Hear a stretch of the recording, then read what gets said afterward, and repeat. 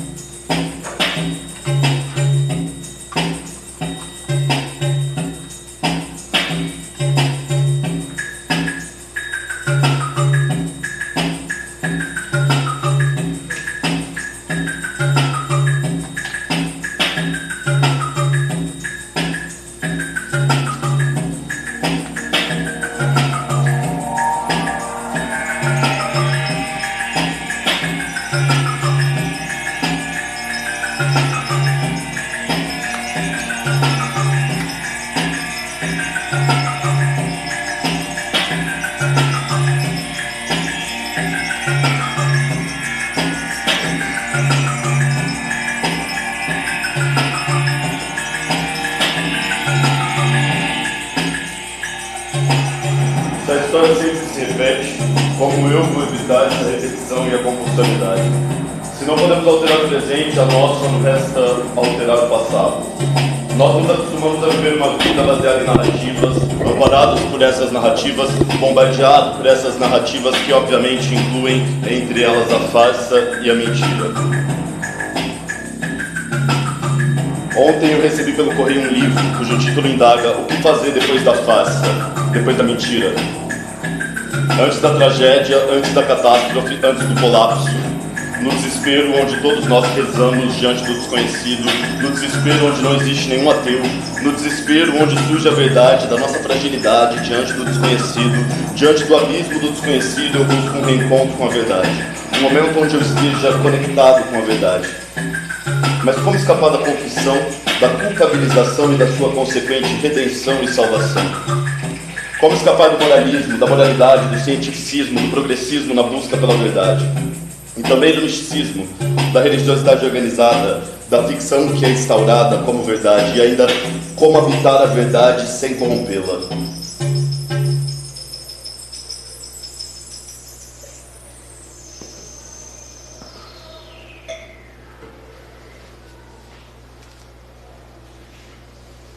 Neuróticos, controladores obsessivos, punheteiros e sociopatas, mentirosos compulsivos, ninfomaníacos, dependentes químicos, viciados nas narrativas do poder, viciados na sensação da superioridade moral proporcionada por essas narrativas, viciados na validação social através das narrativas, viciados na validação social através do consumo, e esse é o legado que nós deixaremos para as futuras gerações do mundo.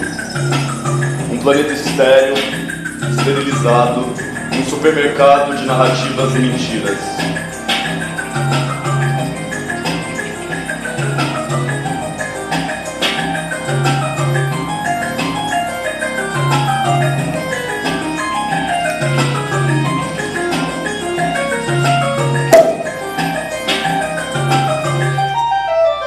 Já existem no mundo as piores verdades possíveis.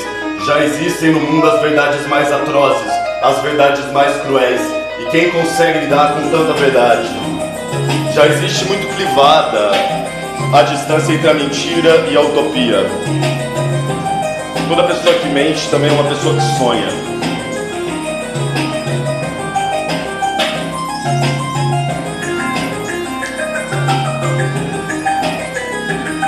É hora de abrir os olhos e acordar desse pesadelo. É hora de abrir os olhos e acordar desse pesadelo e encarar a verdade.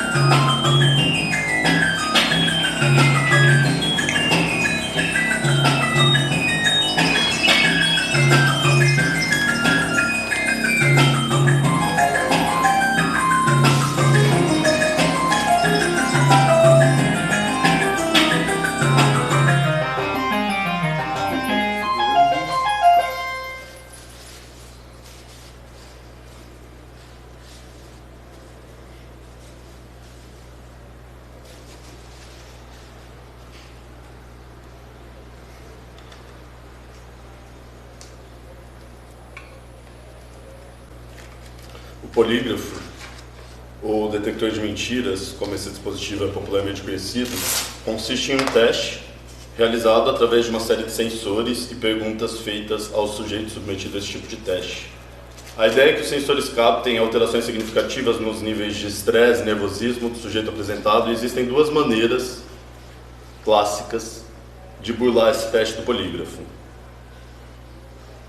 A primeira é chegando no local apresentando já grandes níveis de nervosismo autoinduzido, de modo que o teste entenda esse nervosismo como a normalidade, e assim as alterações nos níveis vão passar de certa forma meio batido quando a pessoa estiver mentindo.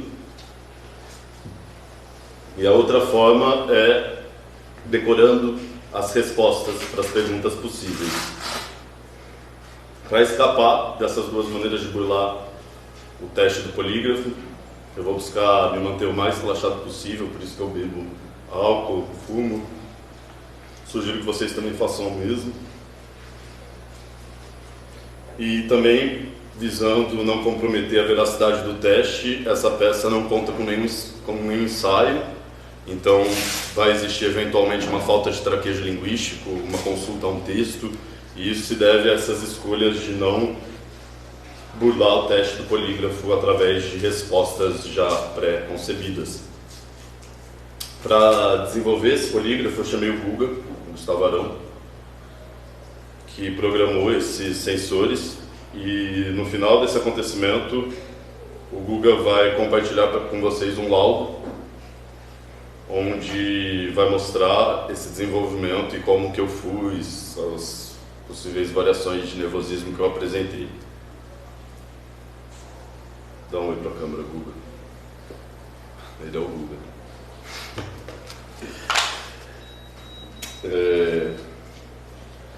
Mais adiante eu vou exemplificando alguns dos motivos que foram registrados pela psiquiatria forense, pela neuropsiquiatria e por outras pessoas tal, pelos quais as pessoas mentem, e eu vou exemplificar esses motivos com motivos particulares da minha própria vida, e o Guga vai, através dos polígrafos, certificar de que eu estou dizendo a verdade. O polígrafo ele também funciona como todo policial uniformizado funciona, como uma espécie de garantia e intimidação através da sua simples presença, de modo que só o fato do polígrafo estar aqui, ele me lembra sempre, o tempo todo nessa peça, do meu compromisso com a verdade, com dizer toda a verdade, ou pelo menos toda a verdade que diga respeito a mim, que eu seja capaz de acessar, que eu consiga acessar e que eu possa acessar. E a ideia é que eu não falte com a verdade e o polígrafo garanta esse compromisso que eu assumo aqui nesse acontecimento.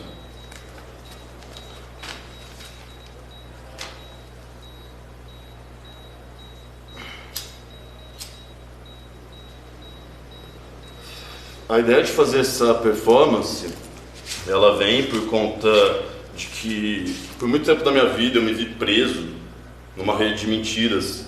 Sabe quando você conta uma mentira, às vezes uma mentira pequena, uma mentira besta, mas depois você conta outras mentiras para sustentar essa mentira pequena, e depois outras e outras, e você vai contando mentiras maiores e maiores, e quando você vê, você está inventando as histórias mais escabrosas, e você nem lembra direito para sustentar qual mentira que você está contando aquilo.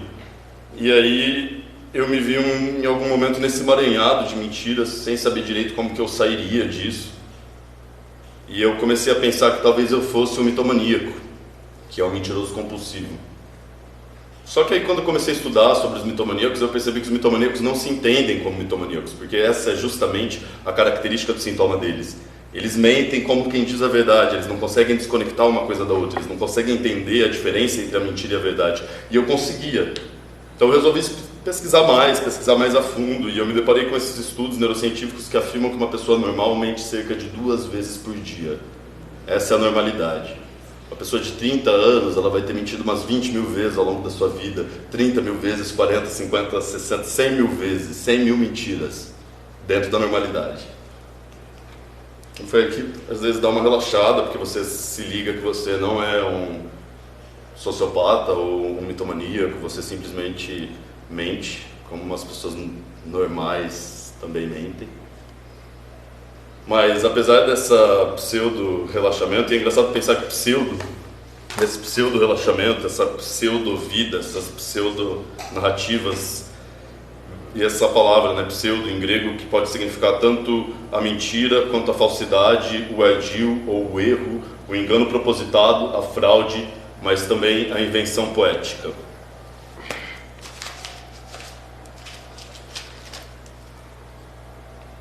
Outro ponto interessante que eu encontrei nesses trabalhos de neuropsiquiatria é que, indo numa via completamente diferente da psicanálise, eles vão considerar a emancipação intelectual de uma criança a partir do momento que o adolescente começa a mentir com uma certa habilidade. Isso significa que ele é intelectualmente emancipado do ponto de vista da neurociência. Se você é capaz de manejar a linguagem e fraudar a realidade através da linguagem, conseguir criar uma fraude verossímil o suficiente para ela ser crível, é considerado que você é intelectualmente capaz. E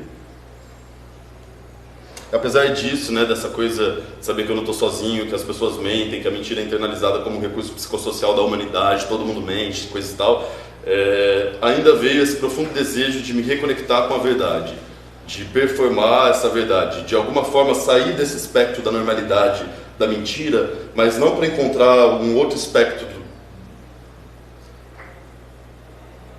clínico, sintomático da mentira compulsória, mas sim a verdade compulsória, assim, buscar dizer a verdade sempre, ainda que isso me prejudique, ainda que eu esteja inscrito num sincericídio constante, ao mesmo tempo que isso me pareceu um certo moralismo. Então a coisa é sempre balizar entre a verdade e a mentira, porque essas coisas eu estou improvisando agora, porque na verdade são elucubrações que eu faço, assim, porque existem motivos nobres pelos quais as pessoas mentem, a mentira nem sempre é negativa. E como entender a mentira, então, dentro desse espectro tão complexo? A coisa que eu tenho falado muito ao longo da minha vida é sobre a profecia que se autorrealiza. Todo herói, na trajetória do herói, ele acaba encontrando um oráculo, e esse oráculo redimensiona essa jornada, essa aventura que o herói vai viver. É engraçado pensar que o oráculo ele é sempre uma entidade externa, que tem uma ligação muito grande com a religiosidade, com o destino e com o Estado, mas pensando rapidamente em dois oráculos que eu gosto muito, um que é o oráculo de Delfos, presente em várias das tragédias, mas especialmente na tragédia do Ésquilo, onde ele diz para ela diz para o Édipo que ele vai matar o pai e casar com a mãe, e Édipo, ao fugir do seu destino, acaba promovendo o acontecimento do próprio destino, matando seu pai e casando com a sua própria mãe. Outra presença do herói nessas narrativas, outra presença do oráculo nessas narrativas do herói é em Matrix, quando o Neo vai até o oráculo, levado por Morfeu, para saber se ele é o escolhido, o cara que ia livrar os humanos das máquinas ou não, e o oráculo fala, porra, não, você não é. Você não é o escolhido. Eu sei que você veio aqui querendo ouvir outra coisa, mas você não é o escolhido. E na saída, toma cuidado com o vaso. Que vaso? E o que ela diz a seguir, segundo ela, vai foder a cabeça do Neo. E ela diz: se eu não tivesse te avisado do vaso, você teria quebrado ele mesmo assim? Essa peça, então, busca apresentar algumas das minhas mentiras e assim revelar algumas verdades sobre mim, e buscando atingir essas mentiras que formam o centro de outras mentiras para gerar uma reação em cadeia e tentar performar também, no fim disso, de alguma forma, performar a verdade. Parece uma coisa absurda, mas é essa tentativa absurda que a gente vai estabelecer aqui. Agora a seguir eu vou ler para vocês um texto que eu escrevi, tentando elucubrar um pouco de como a mentira acontece no mundo, como tem acontecido no mundo. Óbvio que eu fujo um pouco disso, porque eu sou um grande tergiversador, eu vivo fugindo, um assunto vai puxando o outro e outro e outro. E o texto que eu vou ler é esse aqui, ó. Como isso tem acontecido no mundo. Como oposição à instituição da verdade, antagonizando com essa verdade instituída. Antes de definir o que é mentira, é importante que a gente saiba o que é a verdade quando as pessoas falam da verdade, ou pelo menos de qual verdade eu estou falando aqui agora. Há um aspecto moralizante da verdade que não me interessa. Eu falo de uma verdade prática, que também é científica, mas é ritualística, sintomática, mágica. Eu falo do campo de aproximação com o mistério, das pesquisas do lugar e do tempo nos quais estamos imersos, do compromisso com a verdade, com a pesquisa, com a prática de se construir verdades sólidas o suficiente para deslocarmos o mundo e o destino do mundo. do compromisso com a verdade também psicossomática, a verdade do corpo, uma verdade física que não necessariamente se encontra em compasso com essa outra verdade mais mental. Diferentes dimensões da verdade. Obviamente, então, só faz sentido falar de diferentes dimensões da mentira. Motivações diferentes por trás de cada uma dessas mentiras levarão à banalização da mentira como um recurso psicossocial característico de todo o ser humano. Então não faz sentido separar a história da mentira da história da própria humanidade, nem muito menos da história pessoal de cada um. A humanização daquele que mente foi o caminho possível que encontrei para entender melhor a mentira e, como consequência, ter um olhar menos pesado, menos crítico em relação a mim mesmo e aos outros. A escolha pelo termo aquele que mente, no lugar de mentiroso, busca facilitar o processo de identificação do público, uma vez que as pessoas geralmente evitam ser relacionadas às características desse arquétipo praticamente universal do mentiroso. Um terceiro efeito dessa humanização e internalização declarada desse arquétipo do mentiroso é, paradoxalmente, ao me afirmar um mentiroso, reestabelecer um novo compromisso e um novo pacto com a verdade. Todo aquele que busca se religar com a verdade tem que antes se admitir como um mentiroso. Eu volto aqui na universalização da mentira e do hábito de mentir, usando como base duas pesquisas científicas feitas em momentos distintos, uma promovida pelo professor universitário norte-americano, o psicólogo Robert Feldman, que chegou à conclusão de que pessoas normais mentem cerca de 2 vezes por dia, e a do criminologista inglês David Craig, que chegou à surpreendente conclusão de que pessoas normais mentem pelo menos uma vez a cada 10 minutos de conversa. Por mais exagerada que essa estatística possa parecer, se a gente gravar a nós mesmos, ou se a gente pelo menos fosse capaz de se perceber em situações sociais, principalmente depois de uma bebida, depois de uma cerveja, a gente ia perceber que essa estatística, na verdade, é bastante razoável e bastante aproximada. O fato é que nós mentimos o tempo todo. E que dentre nós, aqueles que mentem por conta de algum aspecto patológico, na verdade, essa galera é uma minoria. A mentira entre nós, ela favorece a dinâmica social, ela evita conflitos e ela é uma saída diplomática para uma série de eventos sociais. Além disso, a mentira ainda promove a autoestima e bem-estar, uma vez que mentir para si mesmo torna a vida mais suportável. Então, para dar início a essa performance, eu elenquei 7 motivos pelos quais as pessoas mais mentem, que a gente vai apresentar para vocês. E no final, quando eu for mostrando, na verdade não no final, ainda um pouco antes, enquanto eu vou mostrando esses motivos para vocês, eu também vou fazer um sorteio e eu vou exemplificar com uma mentira que eu vou lembrar na hora que eu tenha contado para a pessoa sorteada. Além disso, eu vou buscar apresentar para vocês também um exemplo geral disso, para se tornar um pouco mais nítido como isso tem acontecido. E para finalizar, eu vou escrever hoje pela 3ª vez, aprofundar uma marca que eu tenho feito em mim mesmo, com a incisão da palavra verdade na minha própria carne. E essa marca que tem se aprofundado e que vai virar uma queloide, que dói cada vez mais fazer ela é assim como um polígrafo funciona como um policial uniformizado, essa marca funciona também como uma cicatriz que me relembre o tempo todo desse compromisso que eu assumo aqui de dizer a verdade. Essa marca, que é a cicatriz da verdade, eu chamo ela de cicatriz da verdade, ela lembra para mim que a carne, o sangue, a vida, que essas coisas todas são de verdade. E que assim como a dor, toda a verdade que a gente conhece é uma verdade transitória. E de certa forma também toda a verdade dói. Durante esse último ato psicomágico, ou esse último ato performativo, enfim, durante essa última parada que eu vou fazer, o Google vai compartilhar uma tela no Instagram, aqui embaixo, ele vai entrar junto na live, para ir mostrando o laudo, onde vocês podem conferir se eu estou nervoso ou não. Embora a ideia seja que eu fale sempre a verdade.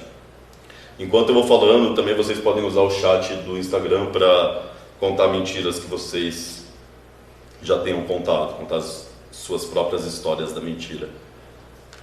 E então, vamos lá. O primeiro motivo pelo qual as pessoas mais mentem. Léo. O Léo está aqui para me ajudar a passar os cartazes, ele é nosso produtor, nosso cenógrafo. Então o primeiro motivo pelo qual as pessoas mais mentem é para conquistar a admiração e ser popular, um absoluto clássico. Eu vou começar dando um exemplo geral e depois dando um exemplo particular, que foi uma coisa que a Soraya percebeu que eu estou fazendo muito randomicamente, então vou tentar fazer de um jeito mais estruturado aqui para ver se a gente pega uma forminha aí nesse espetáculo. E o motivo geral que eu elenquei foi o cara que chama Keith Raniere, que foi dono, sei lá, de um culto, líder de um culto, de uma seita que chamava Nexium, e que não é uma seita religiosa, mas era uma seita que buscava sucesso profissional e reprogramação. Era tipo um coach, assim, para reprogramar pessoas para serem pessoas de sucesso. E ele usava para conquistar admiração e para ser popular entre essas pessoas. É importante lembrar que o Keith Raniere só tinha pessoas ali que eram atrizes de Hollywood, filhos de grandes políticos, herdeiras bilionárias, e todos eles foram convencidos por esse discurso mentiroso e fraudulento do cara.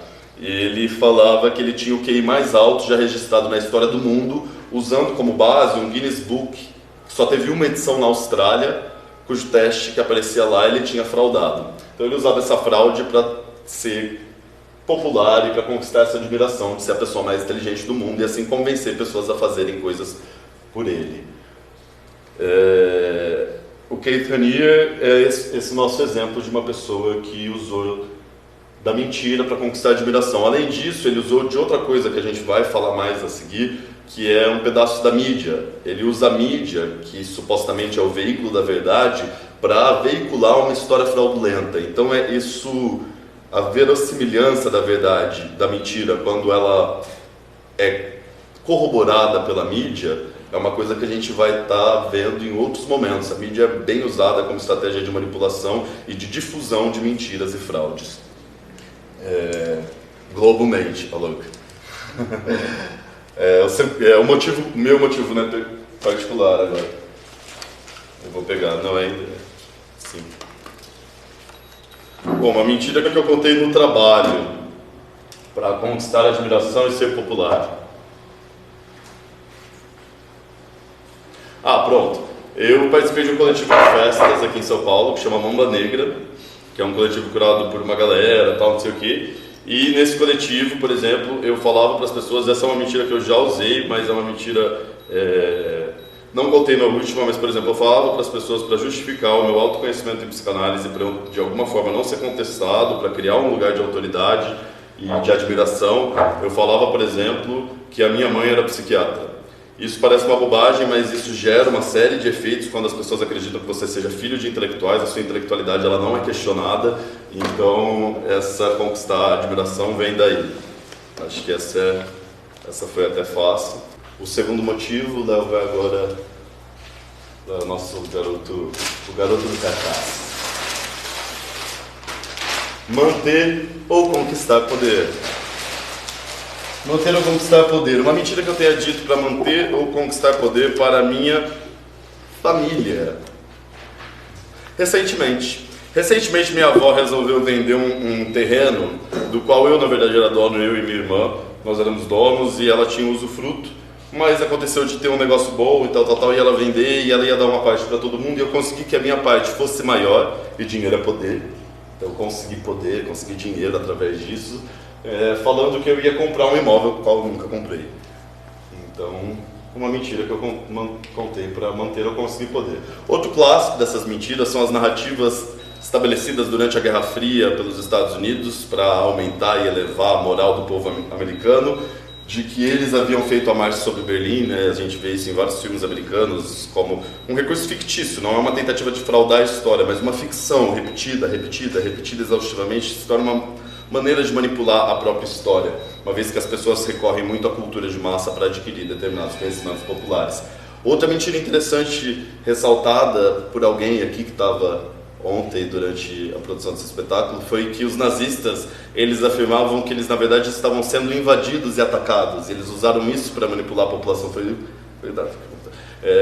Como uma forma de manipular a população, porque é mais fácil você convencer as pessoas a retucarem, né, a se defenderem, do que simplesmente atacar sem motivo. Então essa mentira dos nazistas também entra aí em uma mentira feita para manter ou conseguir poder.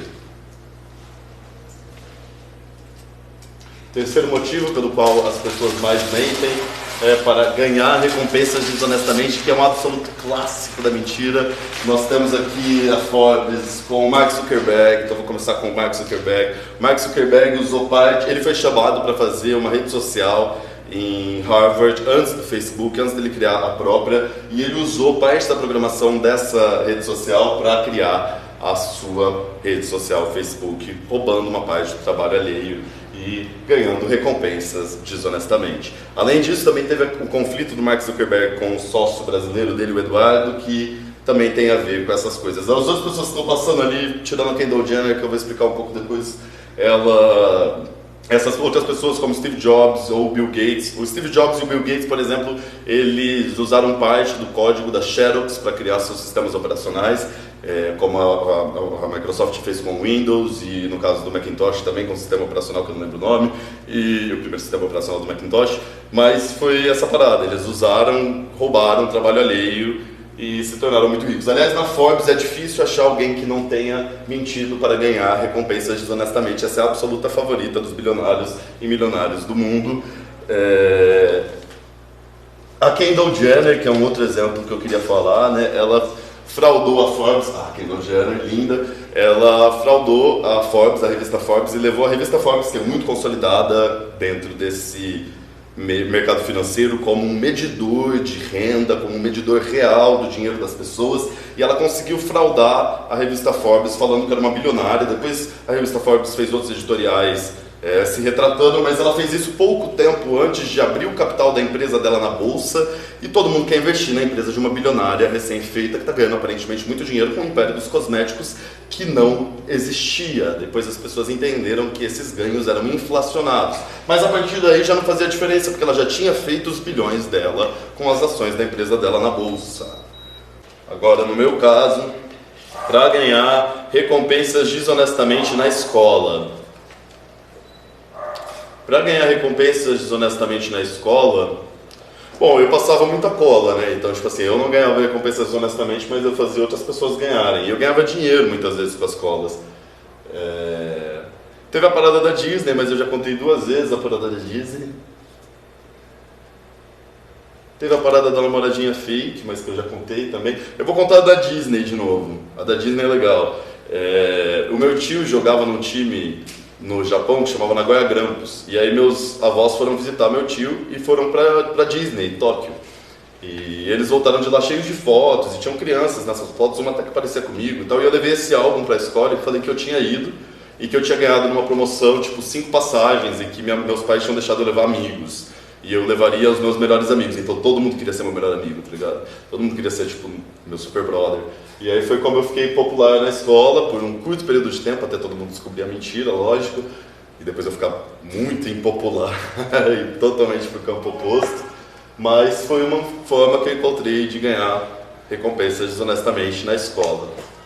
Quarto motivo pelo qual as pessoas mais mentem, de olho na tela. Evitar ser humilhado ou constrangido. É uma mentira bastante justificável. A gente sempre faz isso, né? Ninguém quer ser humilhado ou constrangido, e muitas vezes a saída mais fácil para essa situação é contando uma mentira. O exemplo geral aqui que eu dou é o rei Luís XIV, que é o rei Sol, o pai do absolutismo francês, o cara que inventou o absolutismo francês, autor da célebre frase, infame também de certa forma, mas que é Je suis l'État, né? Tá certo, Janaína? Je suis l'État? Eu sou o Estado? Sim. Ele falou que ele era o Estado, né? Quando a galera ficava tipo, mas o que os nobres vão pensar? Ele falou, foda-se, o Estado sou eu. E apesar de ele ser tipo um puta garanhão, e ele era esquisito, mas parece que o padrão de beleza da época era aquele mesmo. E ele era um super garanhão, um cara que tipo, geral queria dar pra ele, não sei o quê. E ele tinha várias amantes, e pegava os filhos bastardos e colocava pra viver na corte, humilhando a rainha.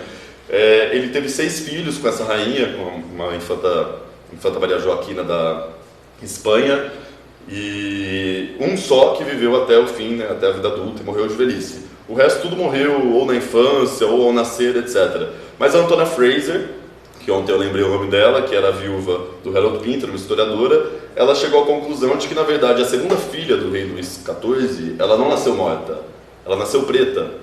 Então eles falaram que tinha nascido morta porque ela nasceu com a cor errada, né? Afinal de contas, qualquer outra coisa poderia ter passado batido, né? Os filhos bastardos eram muito populosos, mas agora nascer com a cor errada já não teria como. Então ela foi dada como morta ao nascer e mandada para um convento, onde ela recebeu até o fim da vida uma bolsa do governo da França, o que é um indicativo claro de que ela era filha do rei Luís XIV. Ela inclusive ficou conhecida, essa mulher, como a Freira Negra de Morée. A mentira que eu vou contar minha, que eu contei para evitar ser humilhado entre amigos. Para evitar ser humilhado entre amigos... Ah, pronto, eu perdi a virgindade muito tarde. Eu fui transar, eu era uma criança muito tímida, muito retraída, e eu mudei de escola algumas vezes por conta de vários problemas, assim, desde problemas com a minha mãe, até problemas com as minhas turmas, até problemas. E na última escola que eu entrei, que foi London, e eu era finalmente popular, no colégio de elite, etc., as pessoas todas me achavam muito descolado, sabe? Mas na verdade eu era virgem, eu tinha várias paradas não cool, assim, que não eram legais. E eu falava pra geral que eu transava, que eu era o maior transarino, assim. Eu chegava às vezes atrasado na primeira aula por estar fumando maconha, aí eu chegava todo mundo, não sei o que, eu tá. Fingindo que tinha essa parada pra não ser humilhado por ser virgem ainda, uma vez que todos os outros meninos da sala não eram mais virgem. As meninas tinham uma, inclusive, que tava grávida, sabe? Geral tava fazendo sexo e eu não. Quinto motivo pelo qual as pessoas mais mentem: evitar punições. Tem muito a ver com o anterior, mas essas punições que a gente fala aqui, elas são mais jurídicas mesmo. Tipo, a Suzane von Richthofen chorando no velório dos pais dela, que ela tinha matado, para evitar a punição que ela sabia que inevitavelmente viria caso fosse descoberta. A Suzane ainda tentou duas estratégias. Depois ela tentou se fingir de doida, naquela entrevista do Fantástico, que ela coloca uma franjinha na cara e fica com uma boneca e não sei o que. Mas não rolou, não colou para ela. O outro exemplo que eu tenho bem legal de evitar punições é o Galileu Galilei, que ele muda o posicionamento científico dele em relação ao antropocentrismo. Não, antropo é homem, é o geocentrismo, né? É isso, é geocentrismo. Mas aquela coisa terrocêntrica, que a Terra estava no centro de tudo e que a Terra era plana, que era o que a igreja acreditava. Galileu falou, porra, não me parece. Pra mim não tá com cara disso, pra mim tá com cara que a Terra é uma bola e que ela tá girando e que na verdade ela tá girando em torno do Sol, olhando as estrelas assim, é o que me parece, meu fiscal. Aí ele falou, é o que te parece? E a gente tem aqui uma fogueira. Aí ele falou, então realmente a Terra é plana e tudo gira ao redor da Terra. Então, para evitar morrer, Galileu Galilei abdica da verdade científica. E eu, para evitar ser punido pela família, uma mentira que eu tenha contado para minha família para evitar punições, eu roubava minha avó. Essa é uma ótima mentira, eu roubava minha avó. E a minha avó, ela sempre foi muito racista, e ela foi sempre muito desconfiada dos funcionários, entendeu? Sempre, né, classista, racista, e eu usei dessas coisas da minha avó para fazer um roubo, perfeito. Então uma vez, eu só roubava de 5, 10, ela nem se importava. Mas quando uma vez eu quis ir num, um rodeio em São José do Rio Preto, sabe? E aí todo mundo ia numa área VIP, essa área VIP era caríssima. Minha mãe falou assim, nem fudendo que eu vou pagar pra você ficar ali, se você quiser eu pago o teu ingresso, a área VIP eu não pago. E aí eu queria essa porra dessa área VIP, e era na época R$80, R$100, que era muito. Em 2006 isso era muita grana. E aí eu roubei minha avó, coitada, era só umas notas de 2, sabe? Porque minha avó meu avô que tinha grana, minha avó só tinha trocos, muitos trocos ali e tal, não sei o quê.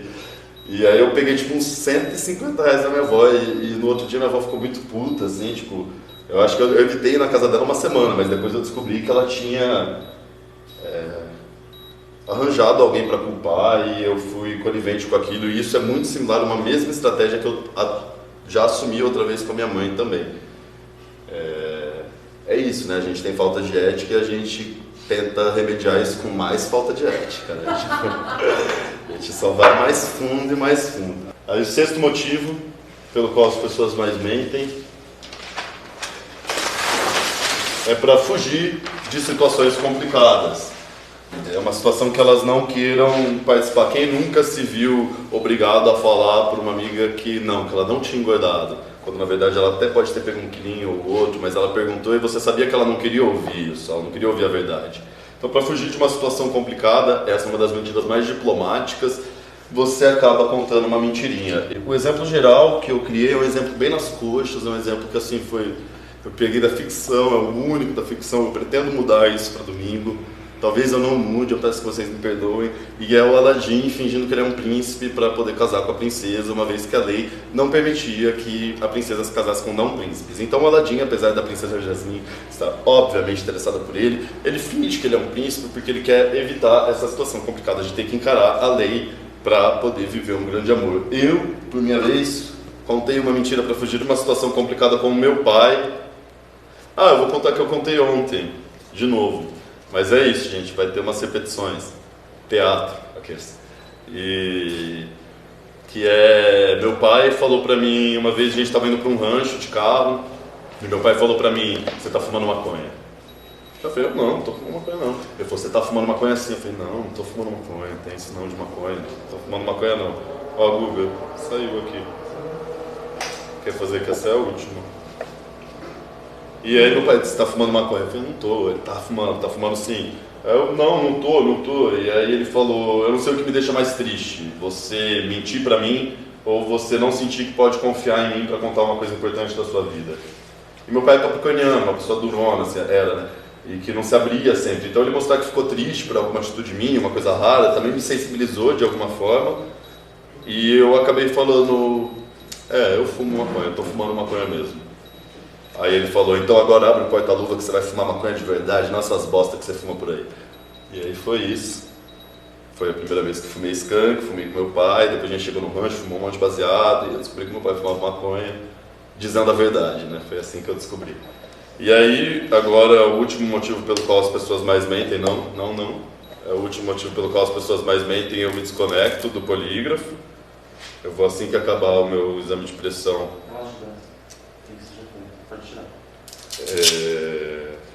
Assim que eu acabar esse... Agora acabou, na verdade. Eu vou tirar essa parada.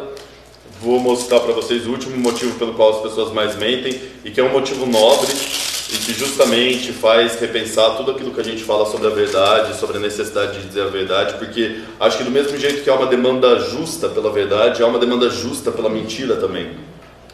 Acho que a normalidade ela está num balizar entre uma coisa e outra, se é que existe essa coisa da normalidade, mas talvez então o bem viver esteja num saber balizar as mentiras e a verdade, saber cruzar uma coisa com a outra, embora não seja exatamente o que a gente vai fazer aqui.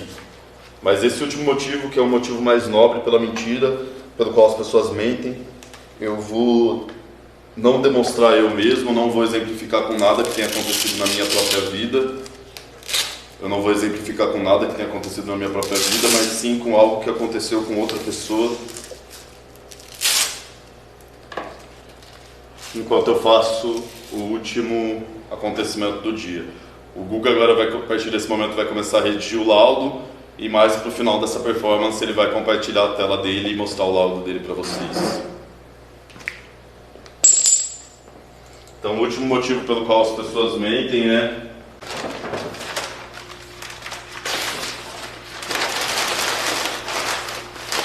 para ajudar os outros.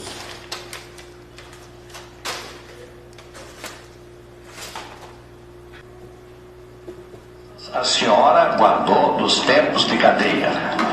O Afresse responde: a prisão é uma coisa em que a gente se encontra com os limites da gente. É isso que às vezes é muito duro. Nos depoimentos a gente mentia feito doido. Mentia muito, mas muito. O que é de me preocupa, ministra?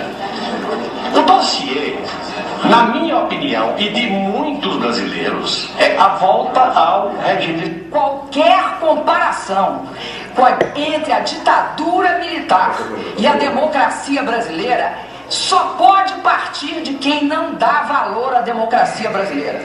Eu tinha 19 anos, eu fiquei 3 anos na cadeia e eu fui barbaramente torturada, senador. E qualquer pessoa que ousar dizer a verdade para interrogadores compromete a vida dos seus iguais, entrega pessoas para serem mortas. Eu me orgulho muito de ter mentido, senador, porque mentir na tortura não é fácil. Agora, Na democracia se fala a verdade. Diante da tortura, quem tem coragem, dignidade, fala mentira. E isso, senador, faz parte, integra a minha biografia, que eu tenho imenso orgulho. E eu não estou falando de heróis. Feliz do povo que não tem heróis desse tipo, senador. Porque aguentar a tortura é algo dificílimo. Porque todos nós somos muito frágeis. Todos nós somos humanos, nós temos dor.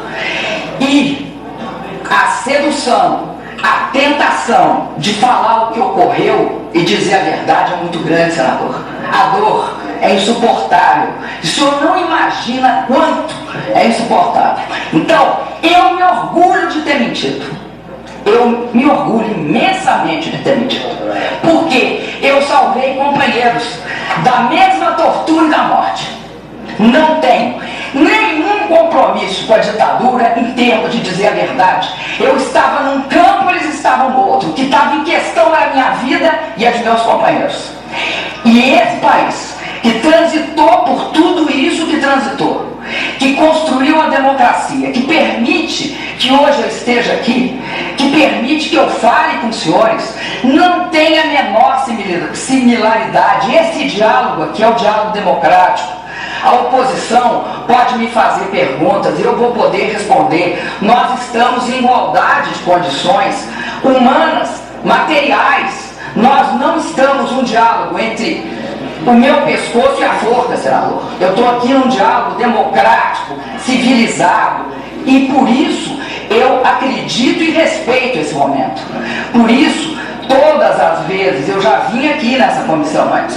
Então eu começo a minha fala dizendo isso, porque isso é algo que é o resgate desse processo que ocorreu no Brasil. Vou repetir mais uma vez. Não há verdade, não há espaço para a verdade. É isso que mata. O que mata na ditadura é que não há espaço para a verdade, porque não há espaço para a vida, senador. Porque algumas verdades, até as mais banais, podem conduzir à morte. É só errarem a mão no seu interrogatório. E eu acredito, senador, que nós estávamos em momentos diversos da nossa vida em 70. Eu asseguro para o senhor, eu tinha entre 19 e 21 anos e, de fato, eu combati a ditadura militar. E disso eu tenho imenso orgulho.